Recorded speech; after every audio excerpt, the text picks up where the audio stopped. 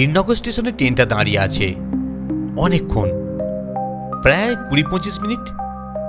6:10 কৃষ্ণনগর থেকে ছেড়েছে, এখন 7টা। ঠাসাঠাসি ভিড়, গরমে প্রাণ ওষ্ঠাগত। গ্রীষ্মকাল, দিন বড় হলেও সন্ধ্যে নেমে এসেছে। অবশ্য প্ল্যাটফর্মে ট্রেনটা দাঁড়িয়ে থাকায় আলোর ঝলমালানিতে বোঝা যাচ্ছে না অন্ধকার নেমেছে কিনা। রোজই ট্রেনটা দাঁড়ায় বীরনগর স্টেশনে একটু বেশি সময়ের জন্য, বড়জোর মিনিট 7 আপ লালগোলা প্যাসেঞ্জারের সঙ্গে ক্রসিং হয়। রানাঘাটের পর থেকে সিঙ্গেল লাইন, শুধু বীরনগর আর বাতকুল্লা স্টেশনে ডবল লাইন, মানে আপ এবং ডাউন দুটো লাইন আছে। যে ট্রেনটা আগে পৌঁছায় সেটা দাঁড়িয়ে থাকে অপেক্ষা করে অন্য ট্রেনটা আসার জন্য। রেলের নিয়ম লাস্ট কাম ফার্স্ট গো, অর্থাৎ যে ট্রেনটা পরে আসে সেটা আগে ছেড়ে যায়। দুটো ট্রেনের গার্ড নিজেদের মধ্যে গোলা, মানে একটা লোহার রিং বিনিময় করে ক্রসিং হয়ে যাওয়ার প্রতীক হিসাবে প্রত্যেক দিনই ডাউন কৃষ্ণনগর লোকাল বীরনগর স্টেশনে আগে পৌঁছায়। আপ লালগোলা প্যাসেঞ্জার পরে এসে গোলা বিনিময় করে আগে ছেড়ে চলে গেলে ডাউন ট্রেনটা ছাড়ে। সব মিলিয়ে বড়জোর মিনিট 10। রানাঘাট এবং বীরনগরের মাঝখানে একটাই স্টেশন কালীনারায়ণপুর। সেখানে একটাই লাইন, একটাই প্ল্যাটফর্ম, দুখানা গাড়ি দাঁড়াবার ব্যবস্থা নেই। কালীনারায়ণপুর স্টেশন ছাড়ালেই চূর্ণী নদীর ওপর রেল ব্রিজ, শুধু ট্রেন যাবার জন্য ব্রিজটা। নদীতে খেয়া পারাপার করে, ব্রিজের উপর দিয়ে পায়ে হেঁটে যাওয়া বারণ। তবু কিছু অতি সাহসী লোকজন ট্রেনের সময় খেয়াল করে যখন ট্রেন যাওয়া আসা না করে তখন হেঁটে ব্রিজ পার হয়। সিগন্যাল লাল থাকলে তবেই আসা যাওয়া করে। ট্রেনের ভিতরে প্রচণ্ড গরম, দরদর করে ঘামছি, হাতের রুমালটা ভিজে ঝপঝপে। তবু ভাগ্য ভালো থাকায় আজ জানলার ধারে সিট পেয়েছি। বহুদিন পরে কৃষ্ণনগরে এলাম, অথচ আগে এসব জায়গায় আমার ঘর বাড়ি ছিল। আমার জন্ম রানাঘাটে, পড়তাম কৃষ্ণনগর সরকারি কলেজে। মনে পড়ে গেল কৈশোরের দিনগুলির কথা। নদীর ধারে স্কুল, তার পাশে খেয়াঘাট, ঘাটের ধারে শিব মন্দির, তার পাশে ঈশ্বর কাকার ছোট চায়ের দোকান, সামনে বাঁশের খুঁটি পেতে বেঞ্চি। মাস্টারমশাইরা টিফিনের সময় চা খেতে আসতেন।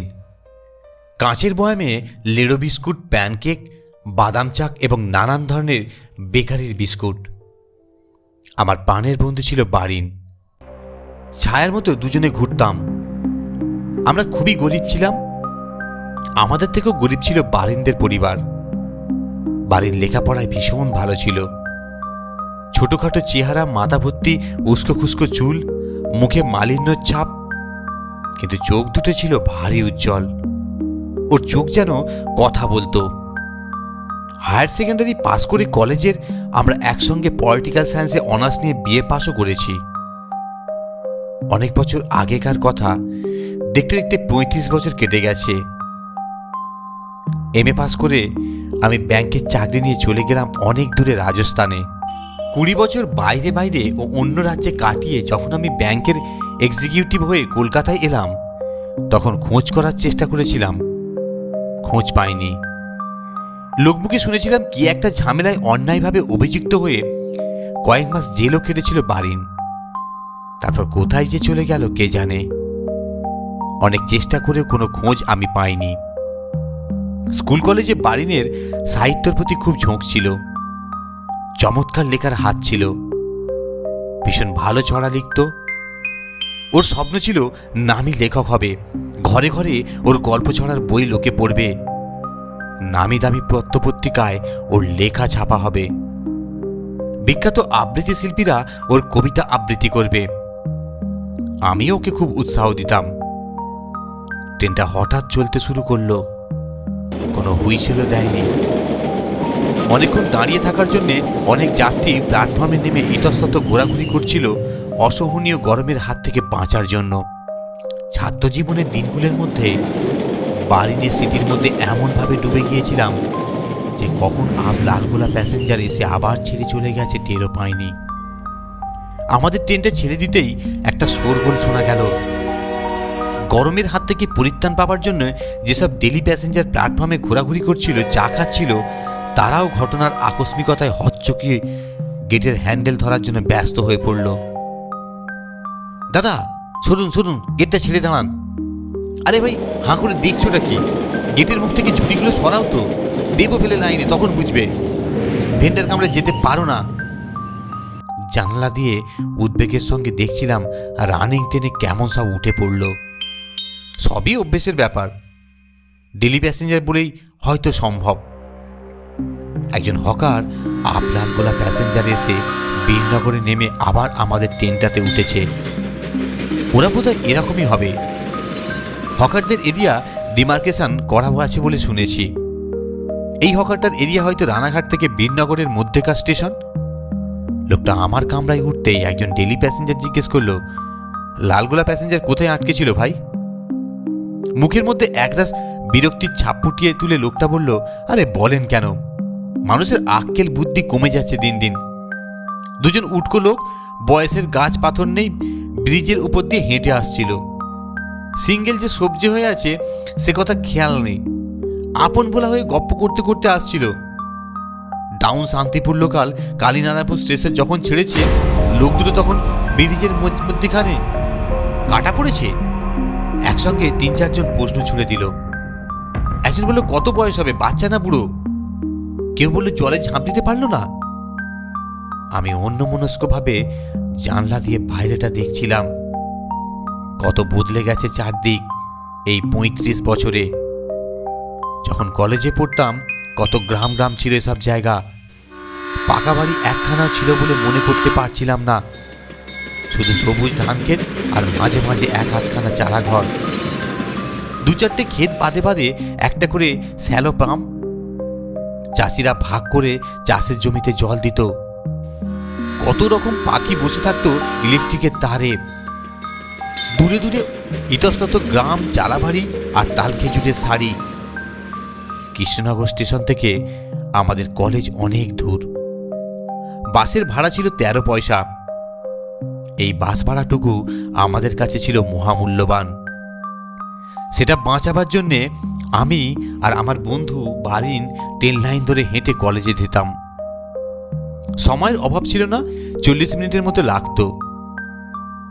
বিপ্রদাস পলিটেকনিকের পাশ দিয়ে চার্চের পেছন দিয়ে আমরা লাইনের পাথর নিয়ে ইলেকট্রিকের পোস্টে মারতাম টিপ পরীক্ষা করার জন্যে। ধাতব পোস্টে ধাক্কা খেয়ে পাথরগুলো নিউটনের কথা মতো দ্বিগুণ গতিতে ছিটকে যেত।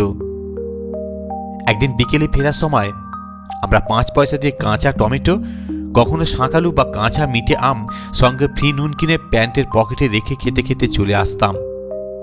কত মজার গল্প হতো আমাদের মধ্যে। এখন এসব মনে হলে হাসি পায়। হকারটার কথা কানে যেতে চমকে উঠলাম। বুকের ভেতরটা ঝ্যাঁট করে উঠল। মুহূর্তে চোখের সামনে ভেসে উঠল সেদিনটার কথা। 38 বছর আগের কথা। কত স্মৃতিতে ঝাপসা হয়ে গেছে, তবু এই ঘটনার কথা আমি কখনো ভুলতে পারছি না। অলৌকিক বলে যে কিছু হয় সেটা এখন স্বীকার করি না, তখন করতাম।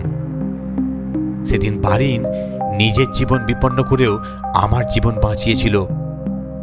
না হলে এই আমি আর পৃথিবীর রূপ রস গন্ধ উপভোগ করার জন্য বেঁচে থাকতাম না। ভীষণভাবে বারিনের কথা মনে পড়ল। ওর চোখ দুটো আমার সমস্ত চেতনাকে নাড়িয়ে দিল। দিনটা ছিল রবিবার। সকাল 9টা নাগাদ বারিন এলো আমাদের বাড়িতে। বলল, চল অপু, সুমনের কাছে যাই। ওর কাছে পিএনবির দেয়া ইন্টারন্যাশনাল পলিটিক্সের কিছু নোটস আছে, টুকে নিয়ে আসি। তখন জেরক্স মেশিনের চল হয়নি, সবকিছুই হাতে কপি করতে হতো। আমাদের বাড়ি থেকে কালীনারায়ণপুর দুভাবে যাওয়া যেত। এক আমাদের বাড়ির সামনে খেয়াঘাট পেরিয়ে সন্ন্যাসী বাগান হয়ে, আর একটা সাইকেলে হিজুলি হয়ে রেল ব্রিজের ওপর শ্যামলের দোকানে সাইকেল রেখে খেয়া নৌকা পার হয়ে কালীনারায়ণপুরে সুমনদের বাড়ি। বারিন বলল, তুইও সাইকেল লে, আমাদের বাড়িতে অনেক পাকা কুল হয়েছে, মা তোর জন্য পেড়ে রেখেছে, ওগুলো নিয়ে সাইকেলে রেখে খেয়া পেরিয়ে যাব। আমি রাজি হয়ে গেলাম পাকা কুলের লোভে। মাকে বললাম বারিনদের বাড়ি থেকে আসছি। আমি সাঁতার জানতাম না বলে মা কখনো নদীতে পেরোতে দিত না। খেয়া নৌকায় যাবো বললে তক্ষুনি নাকচ হয়ে যেত।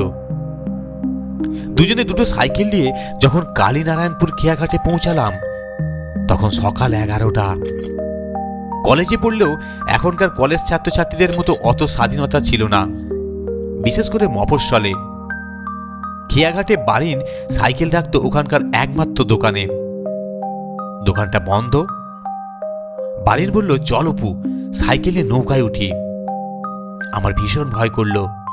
বললাম, না রে, এমনিতে নৌকায় উঠেছি জানলে মা বকবে, তার উপর সাইকেল, আমি যাব না।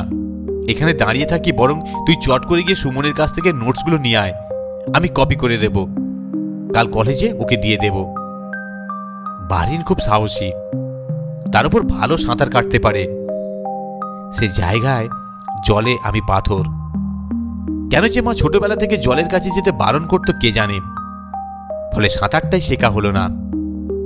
বারিন বলল, তুই একটা আস্ত ভিতর ডিম, চল তার চেয়ে বরং ব্রিজ দিয়ে সাইকেল নিয়ে যাই।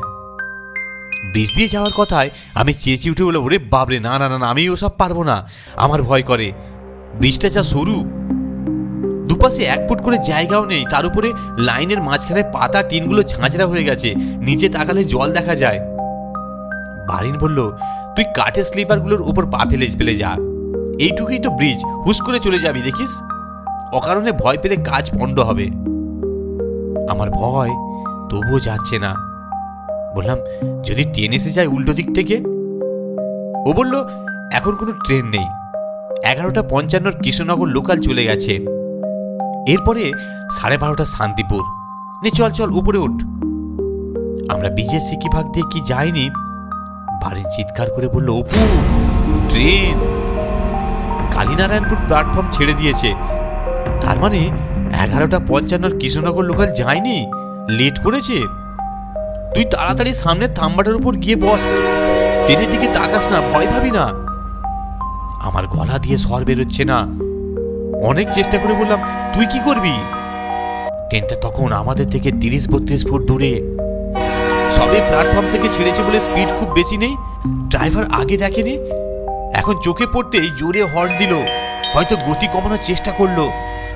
বোঝার মতো অবস্থায় ছিলাম না আমি। উপর শীঘ্রই পালা, লাম মার থাম্বাটার উপর, সাইকেল নিতে না পারলে ছেড়ে দে, যা হয় হবে। আমার বাহ্য জ্ঞান লুপ্ত, কি যেন আমার শরীরে বল আর মনে সাহস এনে দিল। অবিশ্বাস্য দ্রুততার সঙ্গে সাইকেল 2 হাতে তুলে পিলারটার উপর লাফিয়ে চোখ বুজে বসে পড়লাম। সঙ্গে সঙ্গে ঝড়ের বেগে ট্রেনটা চলে গেল ধুলো উড়িয়ে। বারিনের কি হলো জানতে পারলাম না। আমি মাগো বলে চিৎকার করে কেঁদে উঠেছিলাম। ট্রেনটা চলে যেতেই দেখলাম বারিন দাঁড়িয়ে দাঁত বের করে হাসছে, ব্রিজের রেলিং এর পাশে এক চিলতে কাঠের উপর দাঁড়িয়ে। সাইকেলটা ব্রিজের রেলিং এ ঠ্যাসান দিয়ে রাখা আছে। তুই ঠিক আছিস তো অপু? কিছু হয়নি তো? আমার মুখ দিয়ে কথা বেরোলো না।